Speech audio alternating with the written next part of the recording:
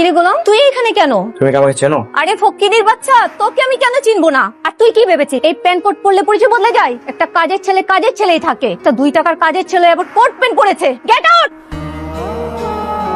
Who are you? Sabir সাহেব, উনি ম্যানেজারের চেয়ারে কি করছে? ম্যানেজার কোথায়? ম্যানেজার সাহেব, ইনি কে? ইনি এই রুমে কি করছে? আপনার চেয়ারে ওনার কি কাজ? স্যার, ম্যাডাম ওনাকে বসিয়েছে। ম্যাডাম বসিয়েছে মানে? স্যার, আপনি অসুস্থ ছিলেন তো, ফাতেমা ম্যাডাম বোধহয় কিছুটা পরিবর্তন করেছে। আমি 2 দিন কি অসুস্থ ছিলাম? মানে আমার অফিসের সব নিয়ম কানুন চেঞ্জ। আমি যেখানে যা রেখে গেছি সেটা সেখানেই থাকবে। এই mister, get out of my office. Manager সাহেব কি হয়েছে? দাউদ খানের এজেন্টরা আমাদের সব কাজে বাধা দিচ্ছে। বাধা তো দিবেই। আমি 2 দিন ধরে অসুস্থ, আমি নেই, বাধা তো দিবেই। আমি সলভ করছি, আপনি টেনশন করবেন না। সাবির স্যার। জি স্যার। আমাদের যতগুলো অফিস আছে আজকে আমি সব ভিজিট করতে যাব। গড়ে তুমি এখানে? হ্যাঁ, আমি কি ভিতরে আসতে পারি? আসো। কেন এসেছো? সেদিন যে আমাকে অস্বীকার করলো সে আসলে কে? গোলাম নাকি শেহজাদ? নাকি গোলামই শেহজাদ সেজে আছে? তুমি কখনোই ওর কাছে স্বীকার করবে না যে গোলাম আর শেহজাদ একই মানুষ। এই মেয়েটা গোলামকে শেহজাদ ভেবে বারবার ওর কাছে আসবে, তো কি শেহজাদ চিনতে পারবে না? ওর ব্রেনে চাপ পড়বে। ডাক্তার কি বলেছে, এই মুহূর্তে শেহজাদের ব্রেনে কোনো রকম চাপ দেওয়া যাবে না। বিষয়টা তুমি হ্যান্ডেল করো। কি ব্যাপার, আপনারা কিছু বলছেন না কেন? কে সে? ও শেহজাদ চৌধুরী। ও যদি শেহজাদ চৌধুরী হয় তাহলে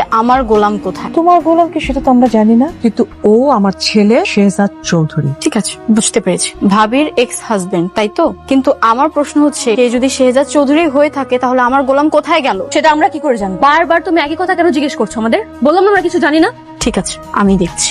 বাই দা ওয়ে, আপনি তো এখন আমার ভাইয়ের স্ত্রী, তাহলে আপনি এই বাড়িতে কি করছেন? আফটার অল, আপনি ওনাকে ছেড়ে আমার ভাইকে বিয়ে করেছেন। আপনার হাজবেন্ড এখন রিশাদ মির্জা। আপনি তো এখানে থাকার কথা না। দেখেন ভাবি, আমি আবারও বলছি, আমার গোলাম কোথায় আমি জানি না, আমি নিজেই খুঁজে বের করব। আসতে পারো বৌমা, তুমি চিন্তা করো না, আমি আছি তো, প্লিজ। তুই কি করলি এটা? তুই কিছু হয়ে গেলে আমার কি হয়েছে রে মা? তুই আমার কথা ভাববি না? আপনারা গাড়ি থামানোর কি লাগে আমার উপর দিয়ে গাড়ি চালায় দেন? কি হয়েছে? আমরা গরিব মানুষ, আমরা তো বাইরে থাকার কোনো অধিকার নাই। আমি প্লস হয় মান ভাইয়ের বিয়ে দিতে পারি না, টাকার লেগে। কত টাকা লাগবে আপনাদের? লাগে তো মেলা টাকা, বিয়ার খরচ আছে, ঘর বাড়ি ঠিক করতে হইব, আবার জামাই রে অটো দিতে হইব।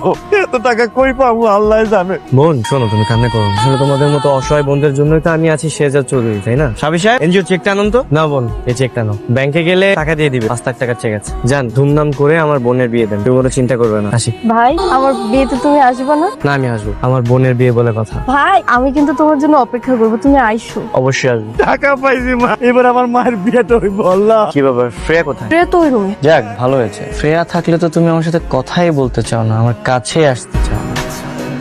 ফিরাজকে মার সাথে ঘুমা, তুমি আমার সাথে থাকো। কি বলছো? শ্রেয়া ওই রুমেই থাকবে আর আমি ওই রুমেই থাকবো। What is this Fatema? তুমি এমন বিহেভ করতেছো মনে হচ্ছে আমি অন্য কারো বউয়ের সাথে ঘুমাচ্ছি।